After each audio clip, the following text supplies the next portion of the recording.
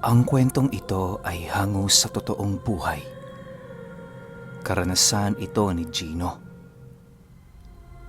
Taong 1957, San Andres, Quezon.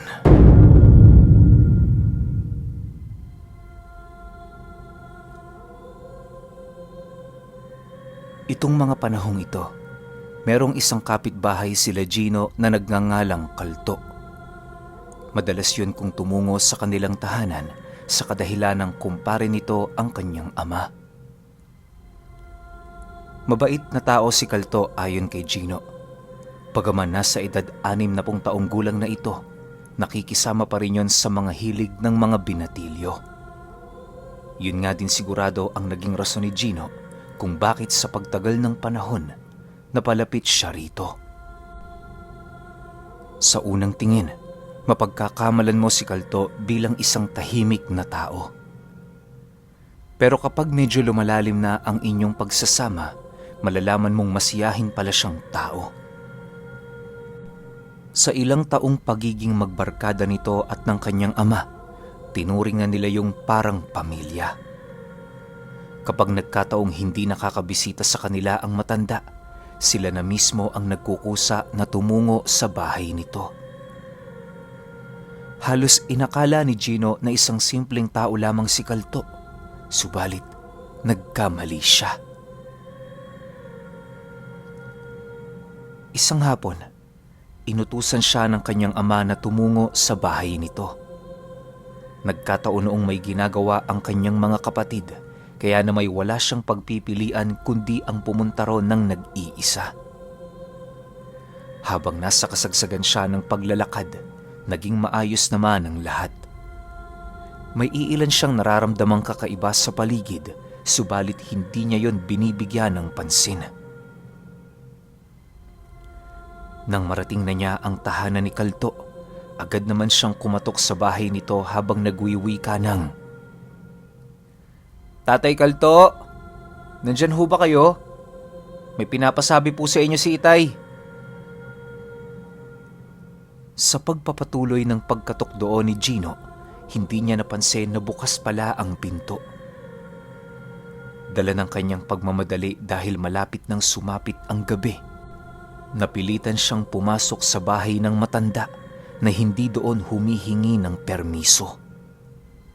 Sa pagpasok niya sa loob ng bahay nito, laking gulat na lamang niya nang masipat niya ang mga sulong dahan-dahang nagniningas sa buong paligid. Pinaghalong pagkamangha at takot ang kanyang nararamdaman noon sa kadahilan ng papaano nagkaroon ng siga ang mga sulong yon, gayong wala namang tao na nagsindi dito. Ilang ulit din niya yung inisip pero dumating na sa puntong lumabas sa isang silid si Kalto. "Oh, Gino, ano yon?" Bungad na tanong nito. Nang marinig niya ang sinabi ng matanda, agad naman niyang tinahak ang daan patungo rito. Hindi na siya noon nagdalawang isip, gawa ng kampante naman siya sa kausap niya. Sa paglapit niya sa harapan ni Kalto, bumungad sa kanya ang maruming kamay nito na merong konting bahid ng dugo. Hindi naman niya ito pinansin dahil sa isip-isip niya, baka nagluluto lang yon ng ulam para sa hapunan nito. Sa pagpapatuloy ng kanilang pag-uusap, nagawa na niyang mailahad dito ang kanyang pakay. Dali-dali naman siya doong nagpaalam upang makabalik sa kanilang bahay nang hindi pa inaabot ng dilim. Matatakuting tao kasi itong si Gino, na kahit sa simpleng kaluskus lang natatakot na ito. Bago pa man siya makalabas sa bahay ng matanda, inutusan siya nitong bahagyang manatili. Inabisuhan siya nitong sasamahan pabalik ng kanilang tahanan, kaya na may naging kampante si Gino na maghintay. "Tay Kalto, baka may ginagawa ho kayo. Ayos lang naman po ako eh. Hindi nyo naman ho kailangan magluto para sa amin ng makakain kapag bumibisita kami dito sa bahay ninyo." Wika ni Gino habang dahan-dahang binubuksan ang pinto. Hindi sa inihahanda kong pagkain ang tinutukoy ko, Gino. Narito ka naman lang, maaari bang tulungan mo ako sa aking ginagawa? Pangako, mabilis lang to. Sagot naman sa kanya ni Kalto. Nang marinig ito ni Gino, hindi na ito nagdalawang isip na sumang-ayon sa nais ng matanda. Akala niya, meron lang silang gagawing simpleng bagay, subalit nagkamali siya. Sa pagpasok nila sa silid nito, laking gulat na lamang niya nang biglang hinawi ni Kalto ang kumot na nagsisilbing sahig ng silid. Matapos itong gawin ng matanda, bumungad sa kanila ang isang makapal na kahoy kung saan dali-dali din naman itong inialis. Sa pagtambad sa kanyang mga mata ng daang papailalim, halos wala siyang nabitawang kataga sa kumpare ng kanyang ama. Bagaman nagtataka siya kung ano ang gagawin nila sa butas na yon, pinili niyang maghintay sa susunod nitong gagawin. Ilang minuto pa ang lumipas, agad namang sumuot doon si Kalto na nagsasabi ng, Bago ka sumunod, Gino, pakidala ng piko. Pasensya ka na, ha? Wala akong kakayahan para humawak ng isang bagay na gawa sa bakal. Matapos nitong makapagsalita, agad naman yung pumailalim sa butas.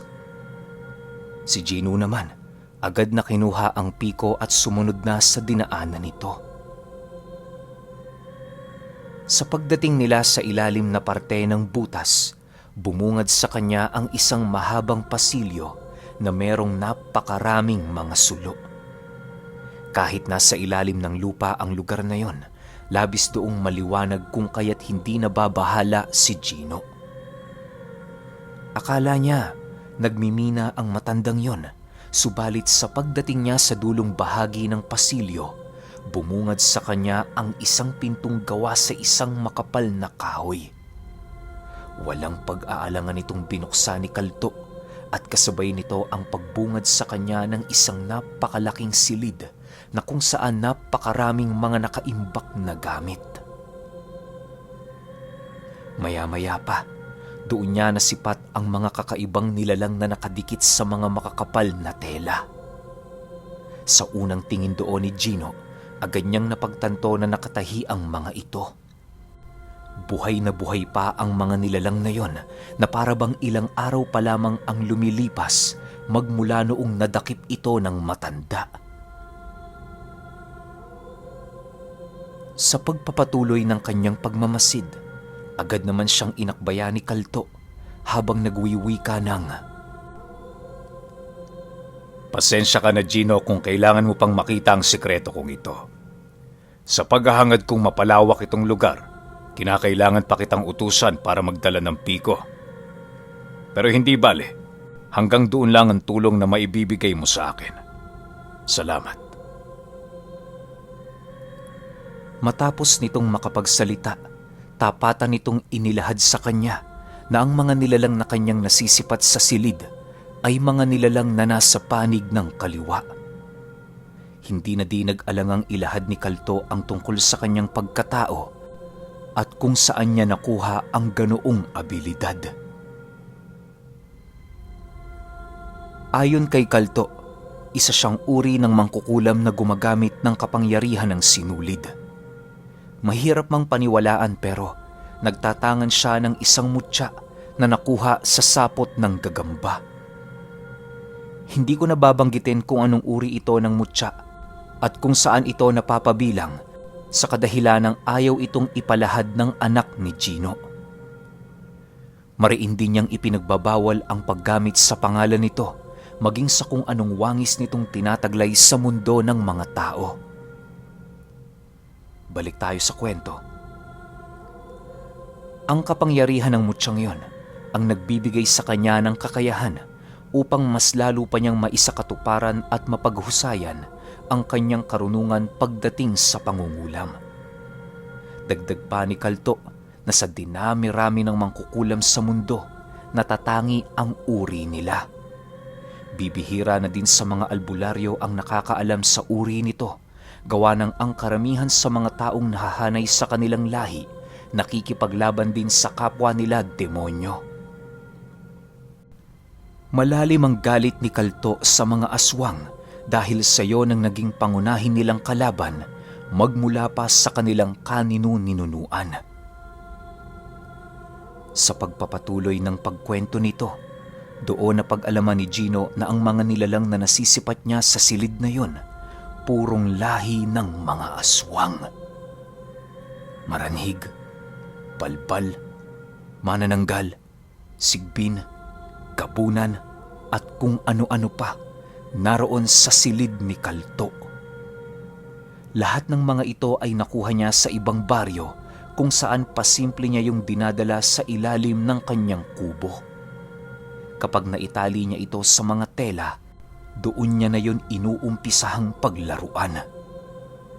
Nakahiligan niya na kasing paglaruan muna ang kanyang mga nadakip bago ito tuluyang kitila ng buhay. Ayon pa dito, na kapag sumasapit ang gabi, walang pagpapahinga ang nagaganap sa kanyang tahanan. Matapos niyang bumisita sa bahay nila Gino, agad siyang tutungo sa ilalim ng kanyang kubo upang bisitahin ang kanyang mga koleksyon. Matapos nitong mailahad sa kanya ang mga bagay-bagay, nakiusap ito sa kanya na kung maaari wag niyang ilalahad sa kumpare nito ang kanyang tinatagong sikreto. Alam kasi noon ni Kalto na inosente ang ama ni Gino, kaya na may paniguradong masasaktan yon kapag nagawa nitong malaman na isa siyang uri ng mangkukulam.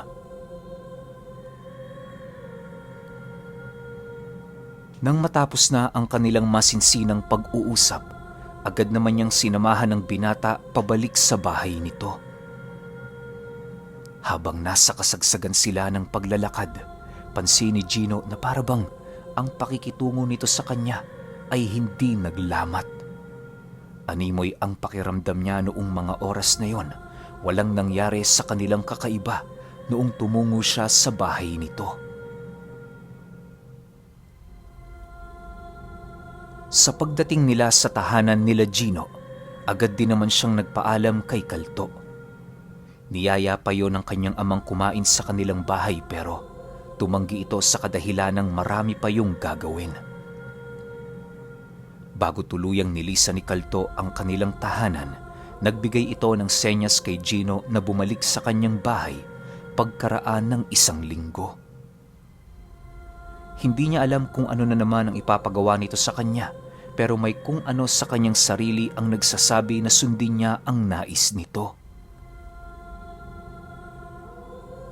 Makalipas ang ilang araw, madalang na ang pagbisita ni Kalto. Hindi naman yun kaanong iniisip ng kanyang ama sa kadahilanang abala ito sa mga gawain nila. Si Gino naman noon, panayang pagtatanim sa gilid ng kanilang bahay ng mga halamang mapapakinabangan. Isang hapon, habang nagpapahinga ang kanilang pamilya, bumisita ang matanda. Meron itong daladalang alak na siya namang labis na ikinatuwa ng kanyang ama. Magandang hapon, kumpare. Buti naman at napadalaw ka. Ako na sanang dadalaw sa iyo ngayon kung hindi ka pa dumating eh. Bungad na wika ng ama ni Gino. Pasensya ka na, kumpare. Medyo abala lang. Nga pala, maaari ko bang hiramin sa iyo si Gino? Isang gabi lang. May papatrabaho lang ako sa kanya. Yun ay kung ayos lang sa'yo. Wala namang problema kung tumanggi ka, kumpare. Hahanap na lang ako ng iba. Sagot naman ito sa kanyang ama. Nang marinig ni Gino ang sinabi nito, doon niya naalala ang naging senyas sa kanya ng matanda. 6 na araw na ang nakalipas. Pagkarinig naman ng kanyang ama sa sinabi nito, walang pag-aalangan yung sumang-ayon. Ni pagdududa sa matanda ay hindi nito nagawa na parabang napakalalim na ng kanyang tiwala sa taong yun. Makalipas ang ilang minutong pag-uusap, mismong ang ina na ni Gino ang nag-impake ng iilan niyang mga gamit. Sinabihan din siya ng mga ito na tumulong ng maigi kay Kalto at wag na wag ditong magpapabigat. Dahil sa pagsang-ayon ng kanyang mga magulang, kung kaya't wala na siyang nagawa kundi sumunod. Sa pagsapit ng sumunod na araw, maaga pang umalis si Gino sa kanila para pumunta sa bahay ni Kalto. Sa pagdating niya sa tahanan ng matanda, nadatnan niya yung nakaupo sa labas ng bahay nito na parabang kanina pa siya nito hinihintay. Nang makalapit na siya sa harapan ng matanda, dali-dali naman siya nitong inakbayan habang nagwiwika ng, Natatakot ka ba, Gino? Huwag kang mag-alala. Sinisiguro ko sa'yo, walang mangyayari sa'yong masama. Ang kinakailangan mo lang gawin, sumunod sa akin saan man ako magpunta. Maghahanap tayo ng mga aswang, Gino. Ipapakita ko sa'yo kung papaano ko sila dinadakip. Dahil sa sinabi nito, bigla naman siyang natulala sa kanyang kinatatayuan sa kadahilan ng hindi niya inaasahan na dadakip pala sila ng aswang. Napag-alaman din niya noon sa matanda na sa bawat misyon nitong ginagawa, nagdadalayo ng kasama na siyang humahawak sa mga gamit nitong daladala. Maaaring nagkataon lang na wala yung mahanap na disipulo noong linggo, kung kaya't si Gino na ang ninais nitong isama. Bago sumapit ang hapon, wala naman silang ibang ginawa kundi ang maghanda. Ayon dito, dasal dito, ayuno doon, dasal doon, paulit-ulit nila yung ginagawa hanggang sa sumapit ang gabi. Nang matapos na sila sa kanilang pagdarasal, agad naman nilang inihanda ang kanilang mga gamit. Pagsilay niya sa mga bagay na kanilang dadalhin, doon niya tuluyang naunawaan kung bakit ipinapasama siya ng matanda. Bukod kasi sa may mga bakal silang dadalhin, may iilan ding mga kadenang ipinapahila sa kanya ni Kalto. Dahil sa bigat ng kanyang daladala, kung kaya't kitang-kita ng matanda ang labis niyang paghihirap habang sila'y naglalakad sa kagubatan. Wala naman yung magawa kundi siya ay pagmasdan hanggang sa marating na nila ang Karatig Baryo. Sa pagkakatanda noon ni Gino, nasa 7:00 na ng gabi noong narating nila ang baryo na nais puntahan ng matanda. Upang hindi siya madamay sa gagawin nito, pinahintay lang siya nito sa labasan ng baryo. Bago tuluyang nilisan ni Kalto ang kanyang kinaroroonan, nagbigayo ng konting paalala sa kanya kung ano ang kanyang gagawin sa oras na makakita siya ng nilalang na hindi kaaya-aya. Gino, kung sakali mang makasilay ka dito ng hindi ordinaryong nilalang, wag na wag mong bibitawan ang kadenang hawak mo. Iwasan mo ding gumawa ng kahit ano at magmasid ka lang at hayaan mong manuot ang kung anumang takot na iyong nararamdaman. Wika ni Kalto, bago nito tuluyang nilisan ang kanyang kinaroroonan. Nang marinig niya ang sinabi nito, wala naman siyang nagawa kundi ang sumang-ayon. Aminado kasi noon si Gino, yun na lamang ang magagawa niya upang mailigtas ang kanyang sarili. Sa paglalim ng gabi, may iilan na siyang naririnig na kakaibang huni sa paligid. May mga pag-alulong na din ang aso sa baryo na siya namang hindi magandang senyales para sa kanya. Sa pagpapatuloy ng ganoong pakiramdam, halos hindi na noon maiwasan ni Gino na hindi magsitayuan ang kanyang mga balahibo. Maya-maya pa, bigla namang nanlaki ang kanyang mga mata nang makasilay siya ng 2 panauhin di kalayuan sa kanyang kinaroroonan. Akala niya mga ordinaryong tao lang ang mga ito subalit sa pagpapatuloy ng kanyang pagtitig doon, bumungad sa kanya ang mga kapangi-pangilabot nitong mga anyo. Bukod sa meron itong matatalas na mga daliri at mahabang mga kuko, kitang-kita din noon ni Gino ang mga paa nitong may pagkakahalin tulad sa mga paa at binti ng baka. Napakabalbundi ng kabuang katawan ng mga ito na parabang yun na ang nagsisilbi nilang kasuotan. Maya-maya pa, bigla din namang kumaripas ng takbo ang mga nilalang nang marinig nito ang pagsigaw ni Kalto. Walang habas nitong hinabol ang mga nilalang na yon hanggang sa magpang-abot na sila sa gilid ng kakahuyan. Paglapit doon ng matanda, agad naman niya yung sinunggaban na parabang isang ordinaryong tao lamang ang mga ito. Paulit-ulit niya yung inundaya ng saksak gamit-gamit ang isang dangkal na karayom na gawa sa kahoy. Dahil sa may sumpa at kamandag ng ahas ang karayom na yon, kung kaya't agad din namang pinanghinaan ang mga nilalang. Hindi naglaon na walan na ng malay ang mga ito na siya namang naging hudyat sa matanda upang tawagin si Gino. Nang marinig ni Gino ang pagtawag ng matanda, agad naman siyang tumayo, hila-hila ang mga kadenang nakapulupot sa katawan niya. Paglapit niya sa kinaroroonan nito, nasipat niyang nakabenda na ang mga nilalang na yon sa isang napakakapal na tela. Gino, pakitalian mo nga ang mga ito ng kadena.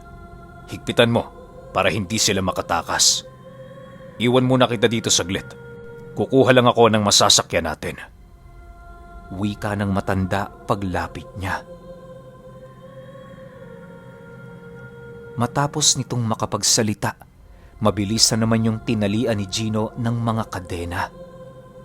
Nang maisagawa na niya ang nais ng matanda, agad naman itong umalis sa tabi niya. Halos ilang minuto din noon ang kanyang hinintay bago tuluyang makabalik, dala-dala ang isang kalabaw na merong kariton. Dahil sa hindi kayang humawak ng bakal ng matanda, kung kaya't mag-isang binuhat ni Gino ang mga nahuli nitong nilalang. Matapos niya yung gawin, agad din naman nilang nilisan ang lugar, dala-dala ang kanilang bihag. Sa pagdating nila sa tahanan ni Kalto, dali-dali nila yung dinala sa sikreto nitong silid. Habang hinihila ni Gino ang nilalang na yon, ramdam niya ang mahihinang pag-ungol nito at pagpupumiglas. Hindi naman siya noon gaanong nag-aalala sa kadahilanang alam niya sa kanyang sarili na wala ng kakayahan ng nilalang na yon upang makatakas. Nang marating na nila ang silid, pinagtulungan nila ito ni Kalto na ibitin sa mga ugat na nakausli sa kisame ng lupa. Matapos nila yung maisagawa, bahagya muna silang nagpahinga habang patuloy na pinagmamasdan ang mga nilalang. Tay Kalto, matanong ko lang, bakit mo ginagawa ang mga bagay na to? Mahabang istorya, Gino. Pero alam mo, meron akong malalim na rason kung bakit ginagawa ko ang bagay na ito. Isa na dito ay ang aking paghihigante sa aking anak na pinatay nila. Sagot naman ng matanda habang nakatitig sa mga nilalang. Dagdag pa nito na halos buong buhay niya, yun na ang kanyang naging trabaho. Inilahad din ito sa kanya, hindi siya orihinal na naninirahan sa kanilang lugar. Palipat-lipat siya ng tirahan sa paghahangad na mapaslang ang kabuuang uri ng mga aswang na naninirahan sa kabuuan ng Quezon. Kumbaga, yun na ang naging panata niya magmula noong nawalay na siya sa kanyang pamilya. Dahil sa naging istorya nito, mas lalong napahanga naman doon si Gino. Magmula noon, nagpa siya din yung sumunod sa larangang tinatahak ni Kalto para naman kahit papaano makatulong siya sa mga ordinaryong tao. Ilang minuto pa ang lumipas na sipat nitong panay ang paggalaw ng mga aswang na kanilang dinakip. Nang medyo nairita na doon ang matanda, dali-dali naman niya itong nilapitan at walang pagdadalawang isip na tinarakan ng hawak nitong karayom. Matapos niya yung gawin, tanging paghinga na lamang ng malalim ang nagawa ng nilalang habang unti-unti nilang nilalasap ang nalalapit nilang kamatayan. Sa pagbalik ng katahimikan sa paligid, ipinakita ni Kalto sa kanya ang iilang mga telang matagal na niyang itinago. Walang bakas ng mga aswang o kahit anong katawan ng mga nilalang ang makikita sa telang yon na parabang isang ordinaryo lang ang mga ito. Subalit ayon sa matanda, na kaya lang naman nawala ang mga nilalang na nakabaon sa tela ay dahil matagal ng panahon na niya itong itinago. Dagdag pa ng matanda, ginagamit niya ang telang yun para makabuo ng mga damit na kasalukuyan niyang ginagamit. Triple ang tibay nito kesa sa mga ordinaryong damit ng tao. Gawa ng tangan ng mga kasuotang yon, ang kabal at kunat ng mga balat ng mga aswang. Sa paglipas pa ng panahon, patuloy na namuhay si Kalto sa kanilang lugar. Dahil si Gino lang ang nakakaalam ng sikreto ng matanda, kung kaya't hindi naglaon naging disipulo na din siya nito.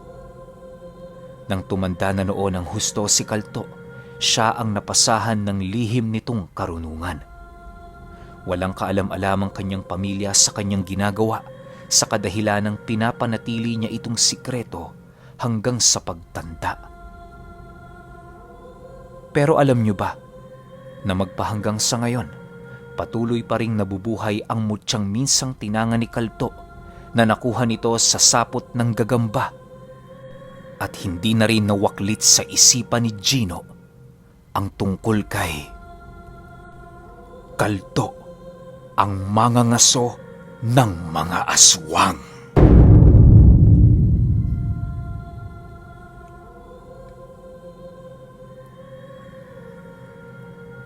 Okay, opinion ko sa kwento. Grabe, sobrang angas ni Kalto. Isipin ninyo yun, wala akong narinig dito na batuhan ng mga buhay na salita o something. Pero nagagawa niyang mandakip ng mga aswang. Ano gamit niya? Yung mga sumpa na natutunan niya sa aral ng kulam. Alam niyo, dapat medyo sasabihin ko, tagilid to. Kasi dasal ng aswang, dasal ng kulam, parehas kaliwayan.